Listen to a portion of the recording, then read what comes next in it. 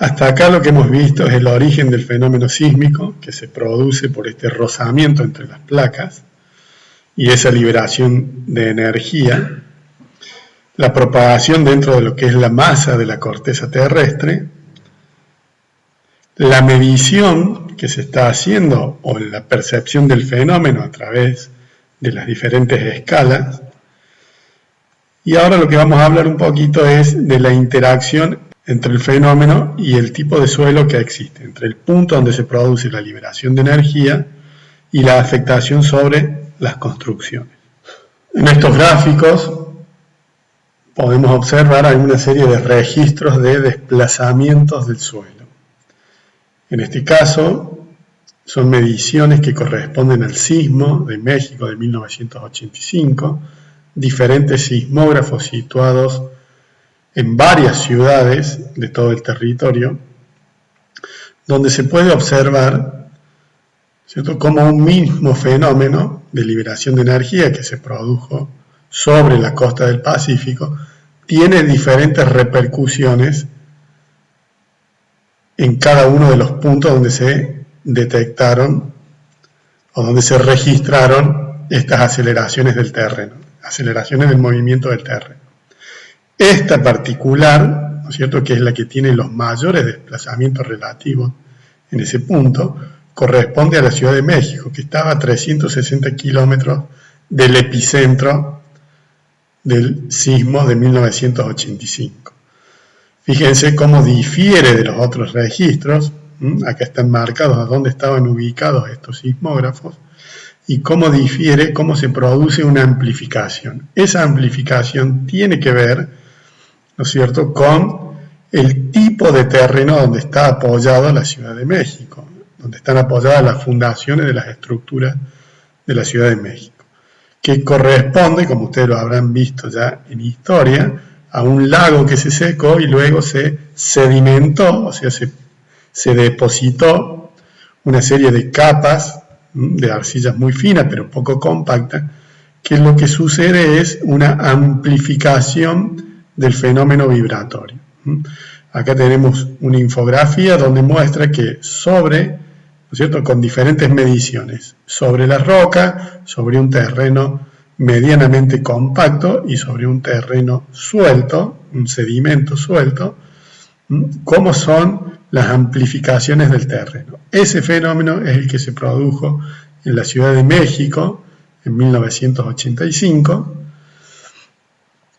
y que afectó principalmente a edificios que estaban en un rango de altura de entre los 10-12 niveles hasta los 30 niveles. Esos fueron los edificios que tuvieron una mayor afectación por este fenómeno sísmico. Son edificios que entraron en resonancia, ¿cierto? Su periodo de vibración, el propio, el que correspondía a la estructura, entró en resonancia con el periodo de vibración del terreno. ¿Y cuáles son las consecuencias? ¿No es cierto? Venimos hablando del fenómeno, de la percepción, de la forma de medirlos, de la interacción del fenómeno con el suelo, y estas son las consecuencias sobre las construcciones que están apoyadas en ese terreno. Hay un fenómeno particular que es el fenómeno de licuefacción, que tiene que ver con arenas sueltas, saturadas. Este fenómeno se da en ciudades costeras, donde por el fenómeno de vibración que genera el sismo se produce una ganancia de agua entre las capilaridades de las arenas sueltas y un reacomodamiento de ese material de sustento de estas edificaciones, con la consecuente pérdida de capacidad portante, y eso redunda en la inestabilidad de los edificios.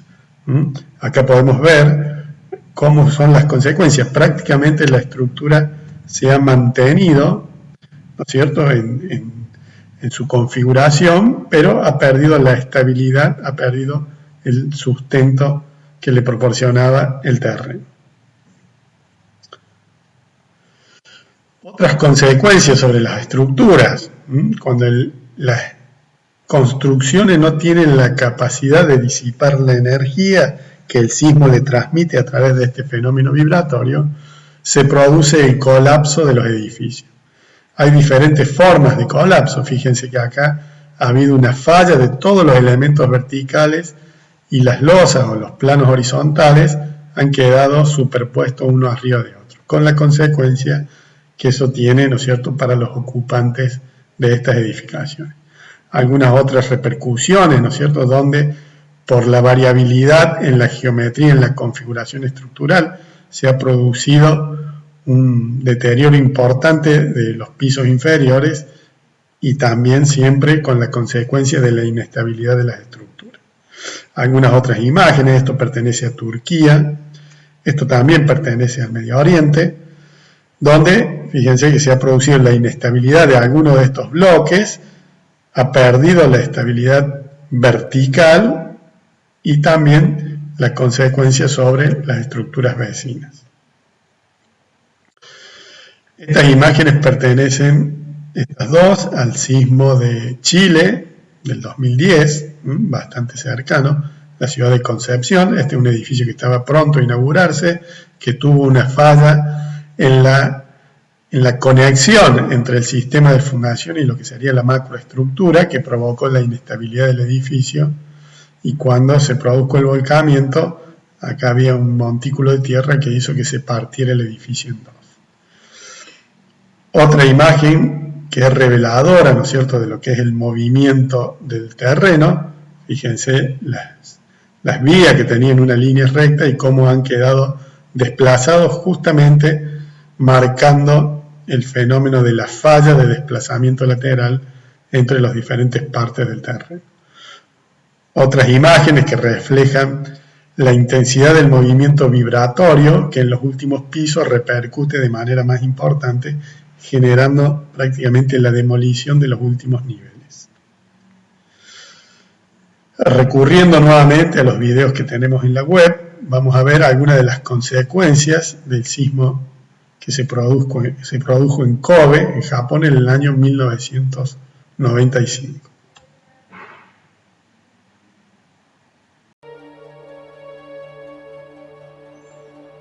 In the early morning of January the 17th, 1995, instruments in a lab in western Japan picked up a burst of intense electromagnetic radiation.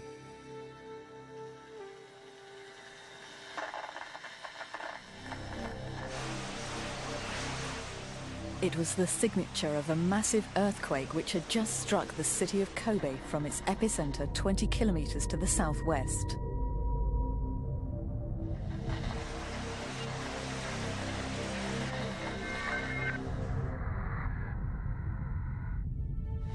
There was no warning.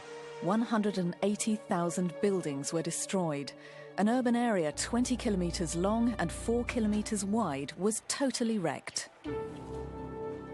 Nothing moved in or out of Kobe by road or by rail for 3 days. During the Kobe earthquake, at locations on solid rock, the shaking lasted 20 seconds. On the reclaimed land, it went on for 2 or even 3 minutes. As its human landscape becomes more and more complex, Japan becomes more and more vulnerable to earthquakes. The country has spent a fortune studying them, but until now, no way of predicting when they will occur has been discovered.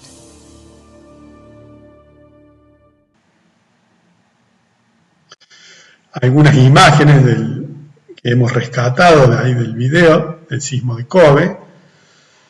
Esto tiene que ver, ¿no es cierto?, con la inestabilidad del plano horizontal, el punzonado que se produjo de la columna. Otra imagen de unas vías de ferrocarril, donde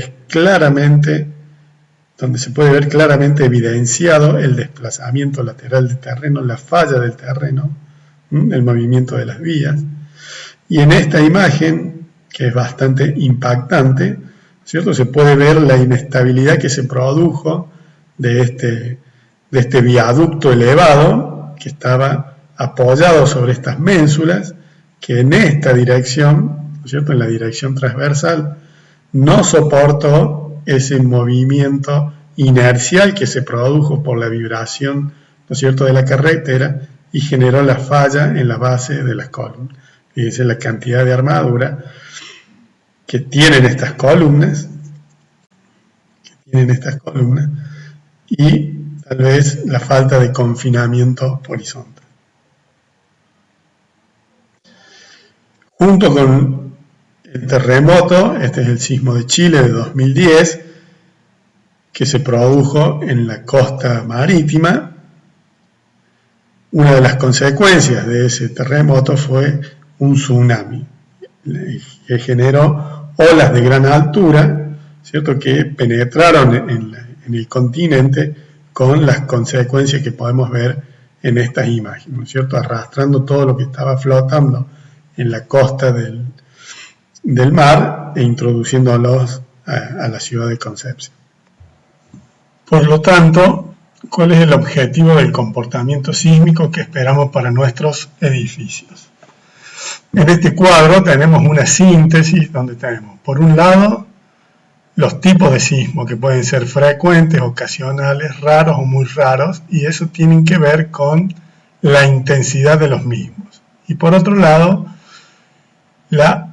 el comportamiento requerido de nuestro edificio, que quede con una operatividad permanente, con una ocupación inmediata, ¿no es cierto?, con algunas reparaciones, pero con una ocupación inmediata, con una protección de la vida, que salvaguarde la vida, y en un caso extremo que prevenga el colapso del edificio.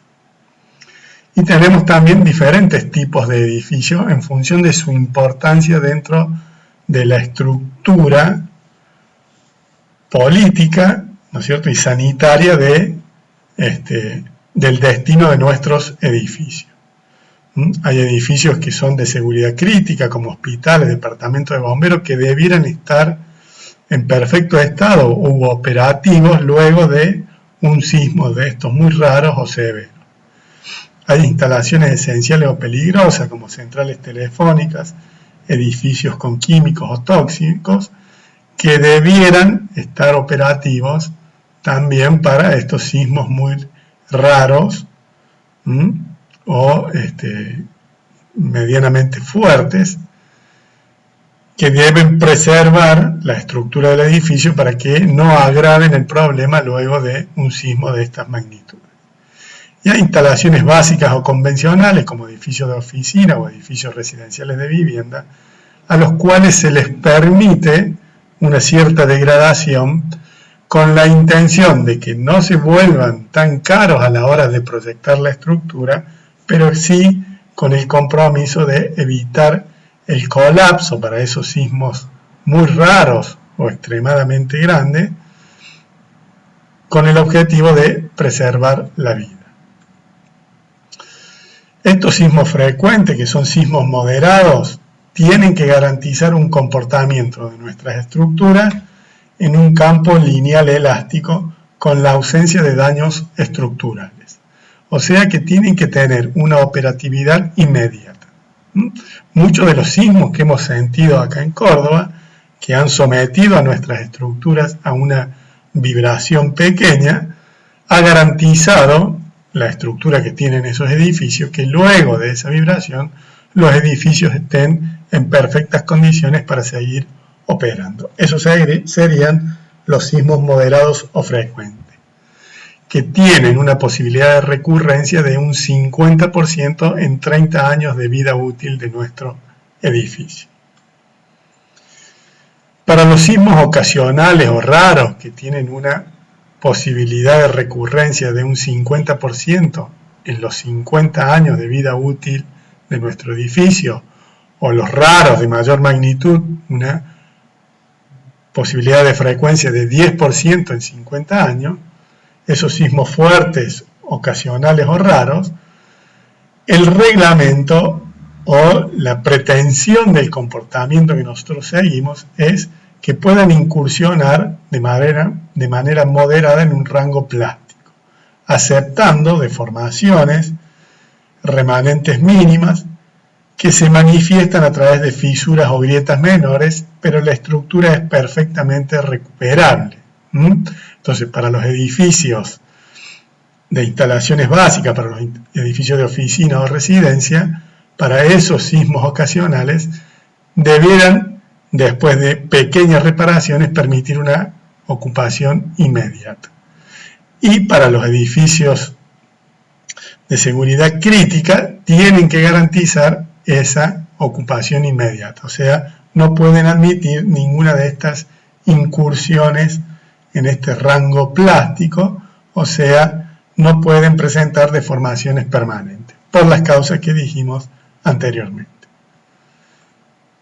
Y para los sismos muy raros, que son sismos muy severos, permite para las edificaciones comunes, para las edificaciones de edificios de oficina y residencia, incursionar francamente en el rango plástico, aceptando deformaciones remanentes, grietas de consideración, una reparabilidad incierta, o sea, no sé si voy a poder recuperar mi edificio, pero sí tiene que cumplir el objetivo de prevenir el colapso, o sea, salvaguardar las vidas de las personas que están en esos edificios. Para ese sismo raro, que tiene una posibilidad de ocurrencia de un 10% en 100 años de vida útil de nuestro edificio. Entonces, estos son los objetivos del comportamiento sísmico. ¿Cómo lo vamos a lograr a este objetivo? ¿Basados en qué? Basados en los códigos y reglamentos que nos dicen cómo diseñar estructuras sismoresistentes. A través de los códigos y reglamentos vamos a determinar la magnitud de las acciones sísmicas de diseño, los procedimientos de análisis de la estructura, o sea, cómo la vamos a estudiar a las diferentes estructuras, que dependerán de su configuración, de su materialidad, de su compromiso, de su destino.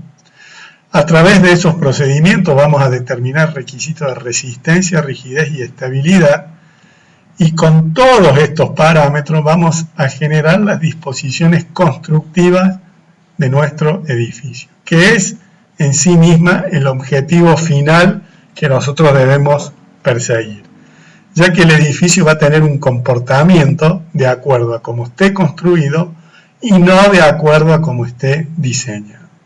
O sea, cuando el sismo someta nuestra estructura a ese movimiento, a esa excitación sísmica, a esa vibración, el edificio va a responder de acuerdo a cómo fue construido.